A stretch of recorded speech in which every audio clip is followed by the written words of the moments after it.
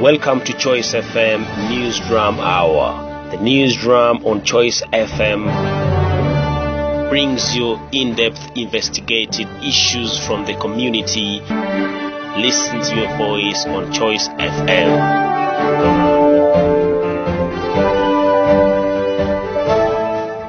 The landowners in the Amuru district are worried that they may lose their customary land due to lack of the security for the customary land tenure system, and they blame the investor, the district land authorities, and the local leadership for putting their hands in the illegal land transactions and documentation in the Amuru district.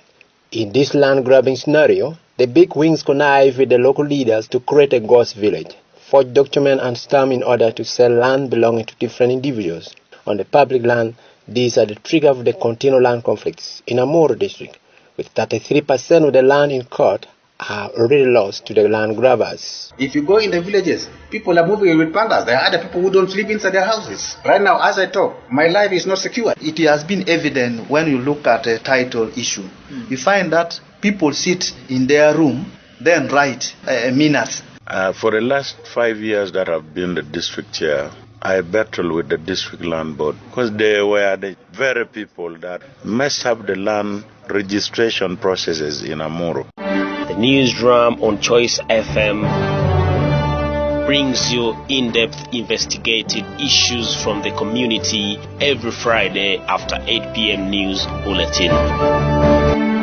Hello, I am Joe Willie. You're welcome to this episode on Titles on Paper with just an ink of a pen. This is how people are getting titles on land that do not exist in Amuru district. When the relative peace returned in northern Uganda in the year 2006, which was in 2010 followed by people returning back to their respective villages after more than 10 years in the internally displaced persons camp, IDP camp. At this point, actually sub-region started recording an increase in scramble for communal land. This is because people who went from the IDP camps went and settled in public land, and they started claiming the ownership of the land, which was communal owned, a practice that never existed before the war. These individuals are now the ones selling and profiteering from the legal sales of the public land. Public land in Chile is owned by clans or group of individuals and is always put aside for hunting, tree harvesting, grazing, among others. But today, this has become the epicenter of tension and conflicts among the Chile community, where individuals are claiming the legitimate ownership of this community land, aware that land plays a vital role in the cultural, social, political, and economic organization of the Chile community. However, the sub-region is now witnessing a new aggressive land grabbing as a new phenomenon that never existed before.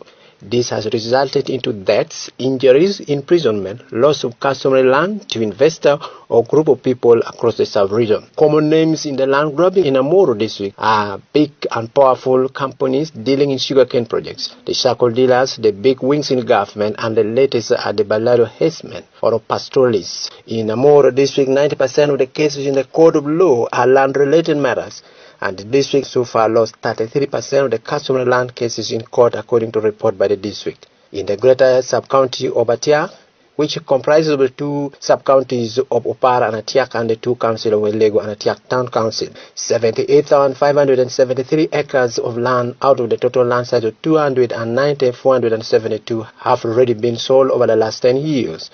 This means 27.1% of the customary land in the greater Atiak sub-county have so far been sold. Ukiri is the most affected parish, with 3/4 of the land have already been sold. In a joint report by the Verification Committee on Balalu Land Ownership in the Greater Tiak Sub-County in July 2022, out of the 82 sample land sales, 34 in Ukiri Parish alone, where 11,267.9 acres has been sold at a tune of 2,682,000,000. Out of these, only 3 places land were rented at a tune of 13,100,000 of 738 acres of the land. According to a report released by Justice and Peace Commission of the Catholic Diocese of Gulu Publics in August 2022, it is stated that the investors have created conflicts as they fix a legal milestone without following proper procedures on the land acquisition. Like in Ukiri, the stamp of Atiak Town Council was irregularly used for documenting land sales in Ukiri in March 2021, yet the Town Council was not yet operational, and Ukiri is not within the jurisdiction of Atiak Town Council. The landowners attribute this illegal sale to negligence of the local council one chairpersons, the sub-county area land committees, and the district land board, who usually connive with the land grabber to forge documents. In 2008, Amuru District Land Board controversially allocated a public land of 40,000 acres of community land to Madivani Group of Company for sugarcane plantation and 17,000 hectares to 28 other individuals, which the case was protested in the court of law. Lakwonyero Moses is one of the person whose 5,000 hectares of customary land in Kidi North village was fraudulently issued title to 3 people without the knowledge of the family member. And later the land was sold to Balalo headsmen at a tune of 480 million in 2018. We came to detect that the land has been put on title by encroachers.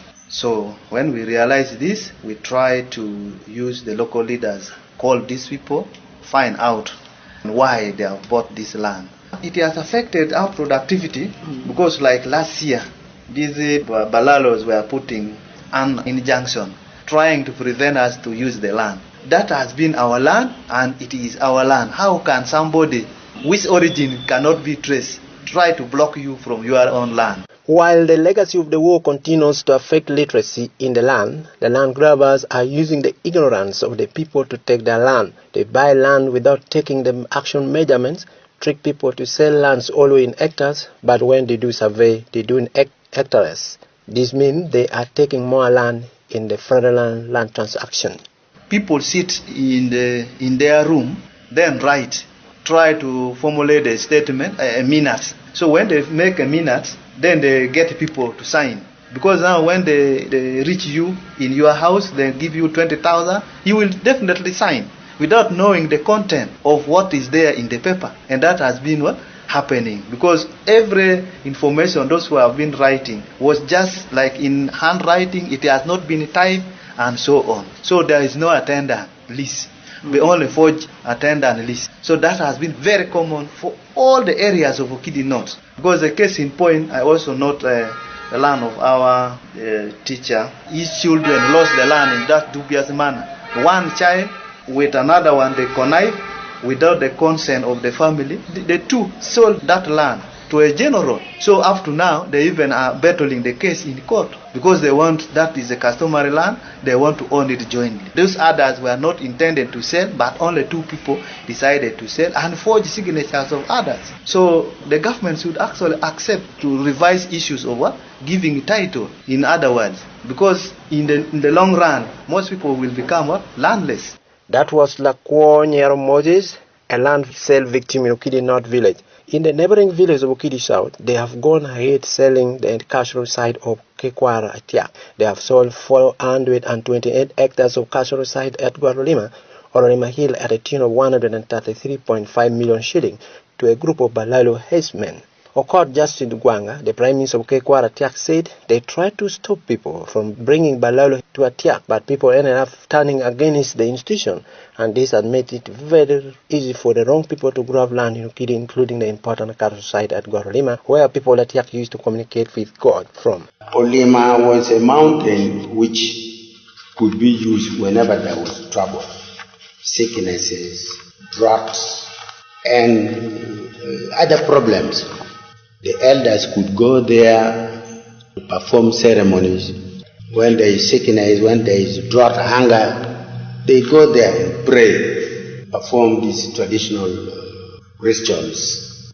And when praying there, they always ask Ulima, a place which people believe God can come and listen to the prayer of people. Then they would pray there, and that, why are you punishing us like this? Have we wronged you in any way? And then after doing that, the problem which people are facing will just disappear. It's one of the greatest mountains for Atiak people, like the Guru, the Lapol, and other mountains elsewhere in Acholi. Most of the dubious land transactions in the greatest Atiak sub-county escalated more in the year 2016, spearheaded by leaders at that time. Akara Samuel is the current LC3 chairperson of Atiak sub-county, who is spending most of his office work handling land matters. When we enter into the office, we got now a number of land issues. On daily basis, I get cases, about 10 of them. And This came as a result of illegal survey by a group of people or an individual, whereby a person can come and get a private surveyor, move into the bush, then begin illegal survey, not following right procedures. Almost 98% of the surveyed land in Atiak was not all that done rightly. That was the chairman LT3 of Atiak Sub-County. In Game Village, another village in Atiak Sub-County, 15,000 hectares of customary land has been leased out for 49 years for sugarcane plantation. This has rendered some members of the 8 clans in Pachilo without farmland. They say the district land board and area land committee did not consult the majority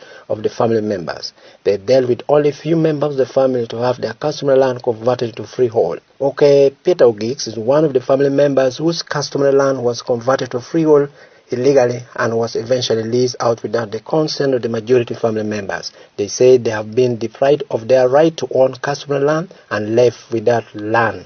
All our farmland has been taken away by the farms. We don't know where to dig. We don't know where to dig now. All the land has been taken up by the farm. We cannot continue living like this in the abject poverty. They have put us in the abject poverty, being the only resources our father left first. Now they're the one feasting on it.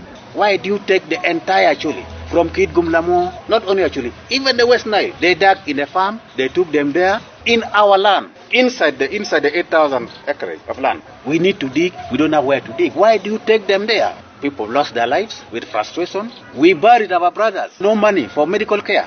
They cannot afford medical care. A situation which could have been taken to hospital. We would have held them in hospital if we had that money in our hand. We have got our sisters and other young brothers are now wandering in the town here. They cannot go in the village. They don't know where to start from. They don't have the land.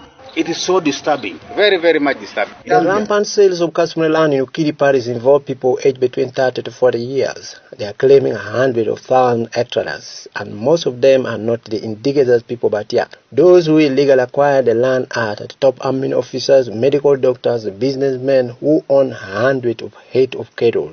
Currently, there are more than 13,000 head of cattle in Ukiri Parish alone. A total amount of money injected in the dubious land sale in the greater Atiak sub-county is close to 4 billion shillings, but the tangible impact of this money on the sale has yet to be seen. This 4 billion is just only for 17,243 hectares of land from the total size of land that has so far been sold of 80,000 acres. The sub-county verification committee report on Balalo Hesman land acquisition also found out that 63,558 acres of land have been bought by the pastoralists. Only they have surveyed 40.2% of those land, that is 25,558 hectares, and most of them have got titles on the land already. The people who are behind the land documentation are the sub-county area land committees, who is the auxiliary of the district land board appointed by the sub-county leadership and approved by the district land board. Kara Samuel is the LT3 chairperson at Atiak sub-county, who inherited this challenge from the predecessors. He says in a move to end this irregular land transaction, the sub-county authority has put to an halt the work of the area land committee and also stop surveying of any land in conflict area in the sub-county. The area land committees, during their inspection, they don't move to the ground. They just sit in the office.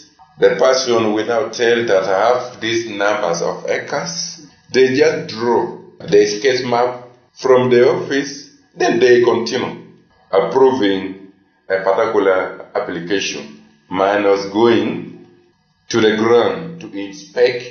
And because of that, when we entered into the office, we got area land committees approved by the district, Amuru district local government. And there were only 3 in numbers. They were approved without appointment. So now when we enter, we got numbers of issues as council of Atiak. We first now stop them temporarily, that they should first wait until we do thorough investigation about their work. That was the Kara Samuel speaking about the dubious land sales in Atiak.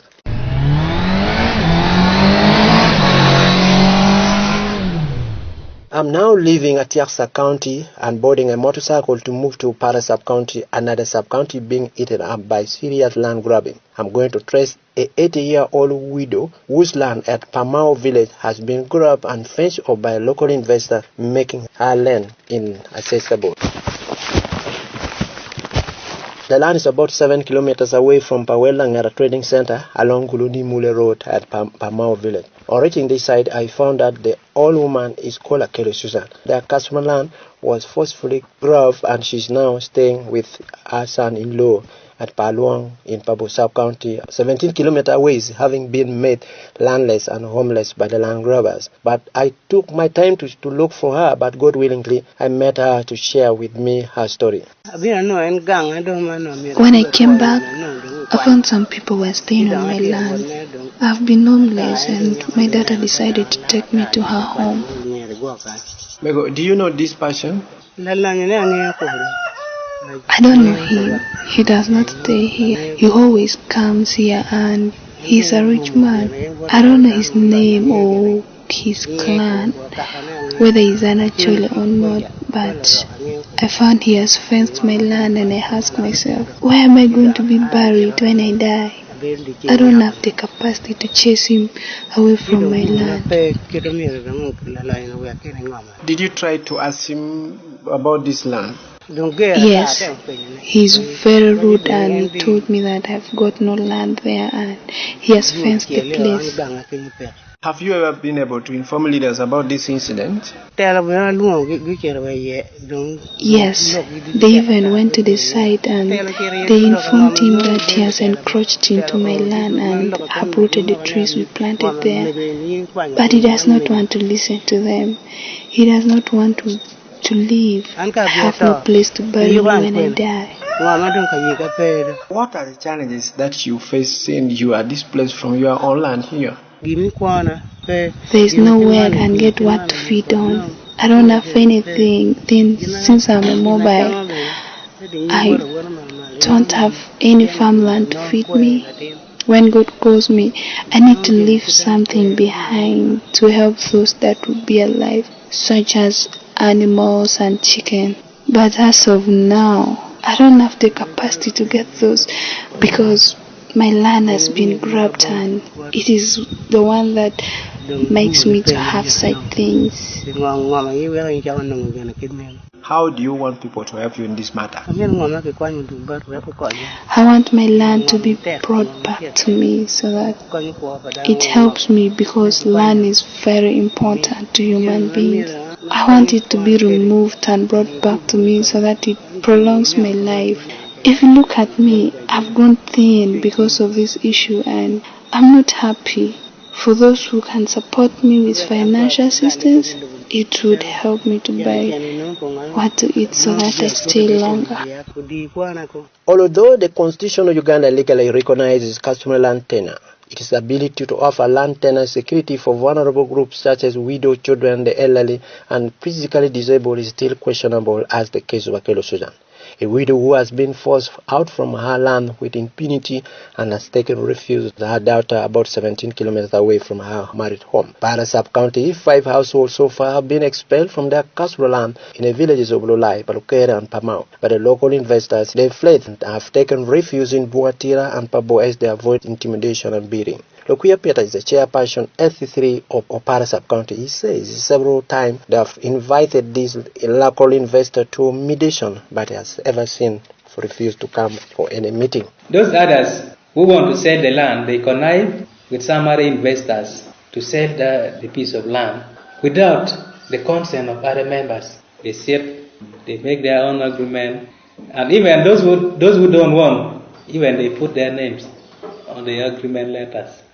So the investors, they always get the land fraudulently. Because once they have learned that some people do not want the piece of land to be sold, for them they go ahead buying the land.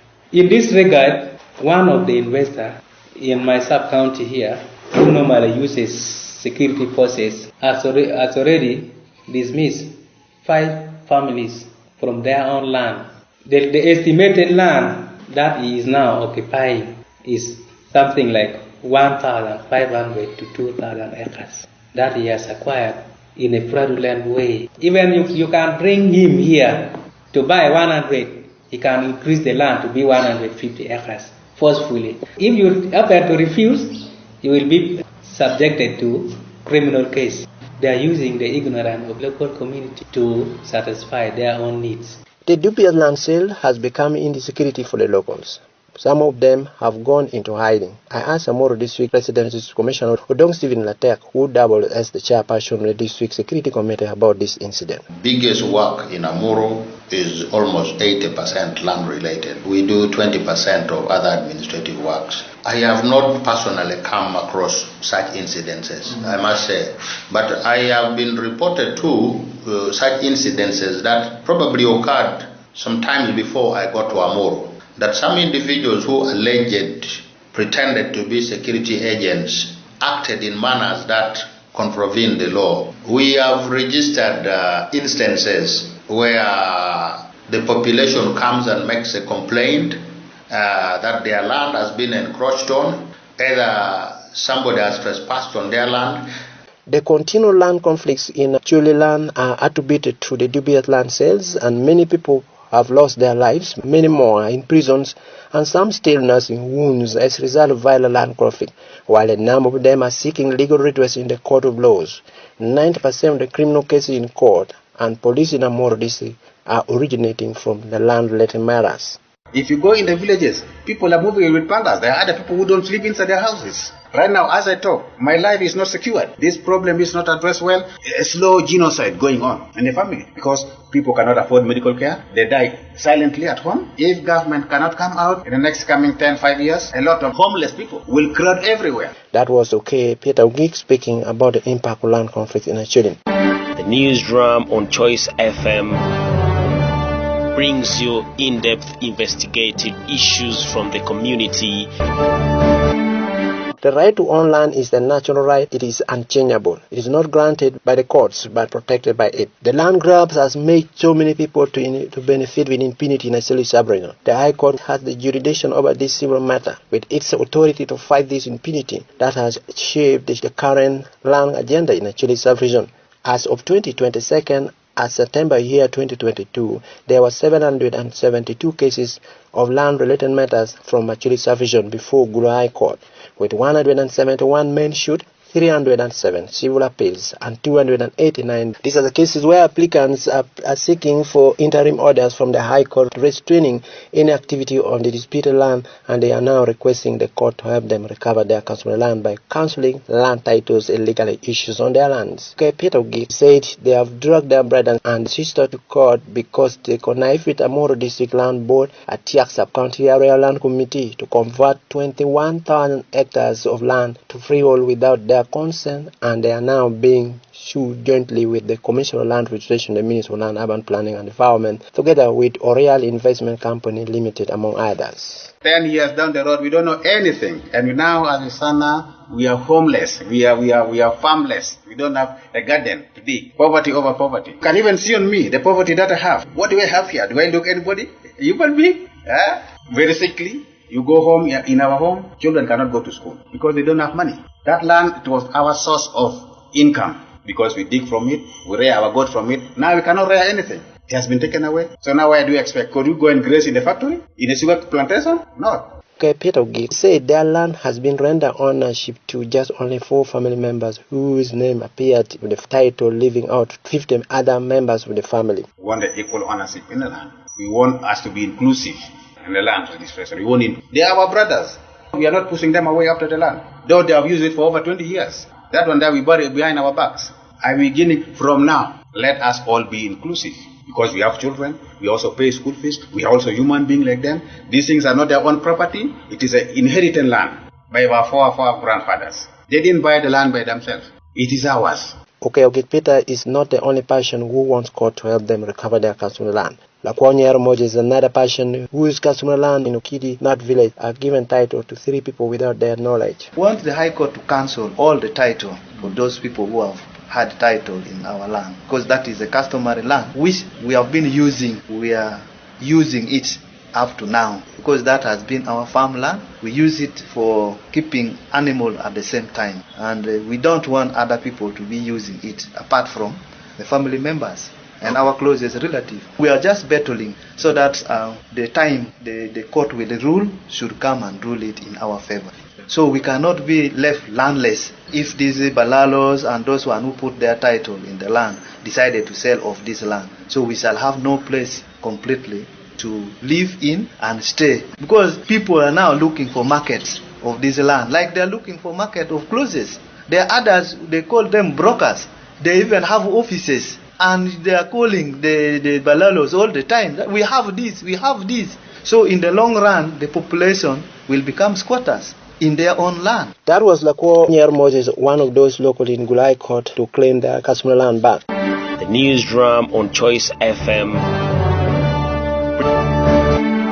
District Land Board is appointed by the District Council and approved by the Minister of Lands, Housing and Urban Development. They are mandated with duties of performing, holding and allocating land in district that does not belong to a personal authority, facilitate the registration and transfer of interest in land, cause surveys, plan, map, drawings and estimate to be made, and among others. Michael Lacon is the head of the District Council of Amuru and appointing officer of the District Land Board Executive Committee. I asked him if he is aware about the accusation levels against the District Land Board. For the last 5 years that I've been the district chair, I battled with the District Land Board because they were the very people that messed up the land registration processes in Amuru, even during the time when the land was allocated fraudulently to Madivani and 28 other persons in 2008. The civil servant and scrupulous people manipulated the category of people who were really appointed in the District Land Board for their egocentric tendency, their selfish interests. And I cannot really deny that, yes, in the land registration processes, many scrupulous people really smuggle their way through the legal system to manipulate their colleagues within the village. So these are the dilemma we have in regard to land management, control, and land use in Amuru. It forms 60% of my work in office, and it makes the work of local government very difficult. Instead of rendering tangible services to community and oversee the performance of local government, we are taken up to mediate on land-related matter. The records from Gulai Court indicate that most of the land cases at the High Court are customary. Out of the 772 cases, 75% are land-related matter arising from disputed customary land sales. Ntalun Sulu Hussein is the Deputy Registrar at Gulai High Court and attribute this to the impact of the long LRA insurgency and post-war development pressure in the sub-region. Most of the cases we handle in the High Court are land matters. And most of this land here has been customary. However, because of the development and after the war, many people have applied for titles. This has brought a lot of conflicts with the families. When a family has a title, it has selected one person. You find them when they are conflicting. Other people are coming in to ensure that they recover most of their land. We have problems of estates because estates involves land here. But when the owner dies, other people, they don't want to consider other dependents. They want to grab their land. So these matters are so enormous everywhere. We are advising a method of clearing backlog so that we have the new cases. The Ministry of Land, Urban Planning Development has created a zonal land office in northern Uganda with its headquarters in Gulu City to help in land registration. The Commission on Land Registration in the Ministry of Land, Urban Planning and Development has individually been dragged to court over the legal giving of titles on people's land in Amuru district. At the zonal land office here, there are numbers of people who have also applied for covet to stop their land from being either disposed of or given to somebody else as they yearn to recover their land. Mr. Philip Adon is the principal land officer in the Ministry of Land, Urban Planning and Development and also the in charge of Gulu zonal land offices. I asked him if there are anything apart from relying on the recommendation of the District Land Board they always consider before giving title to an applicant. Our process always starts right up from Area Land Committee. Sometimes our Area Land Committee do not understand exactly what is required in a particular thing, and when we send it back to them with advice, and they would then change it. They are the one to help us to identify the owners of the land and the extent to the ownership of the land.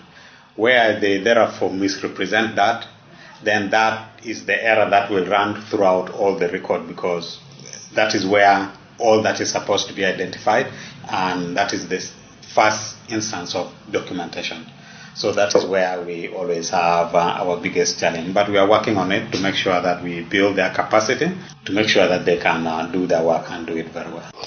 With most people looking at court as the only solution to address land matters in the post-conflict Acholi sub-region. However, the High Court Deputy Registrar Ntalung Sulung Oshen says the best way is to use the alternative dispute resolution mechanism to mediate land conflicts, where he calls on the clan leaders to take lead in resolving land matters in Acholi sub-region. The challenges we have, the clans have not come in to help the population where they are coming from, because we find that people were displaced during the war. And now someone comes and says, this is my land. So the people, the clans who are there are supposed to settle such people, but sometimes they have got involved themselves into what? Also those issues of grabbing the land of the orphans and what. We have tried mediation in many cases, but our population is very hard. You find even people moving from UK to come and preside over and to hear a case of 100 by 100 or half an acre. So there is no win-win situation, win-lose situation. But basically, the judiciary is doing its work. We are making strategies to see how we can reduce these backlog cases. Lakony Michael is the district chairman on Amuru district, urges the local to petition their office if they are not content with the land registration process, because it's a cheaper alternative than the court. These people have petitioned court. They are supposed also to give us the ground. Through the council will be a shorter move of cancellation of title other than court. Because when we prove the case that at least the officials in the district land board have not followed authentic processes and procedure of authenticating the title, we have got the audacity to write to the Ministry of Land for the cancellation of the title. Indeed, it would be a shorter route other than moving to court. What about managing land by trustee? Atiak sub-county tried to have all land in the area managed by board of trustees, but due to lack of information, people turned against them. Odong Stephen Latek is the RDC of Amuru district. The community and their leadership need to be empowered to be able to claim and register such lands in the name of the community. That means the registration starts with the community needs to be registered to have a legal status. Then any interest of land within their community, it will be them to claim, it will be them to litigate on, it will be them to take a decision. But unless that is done, I continuously see problem going to reoccur.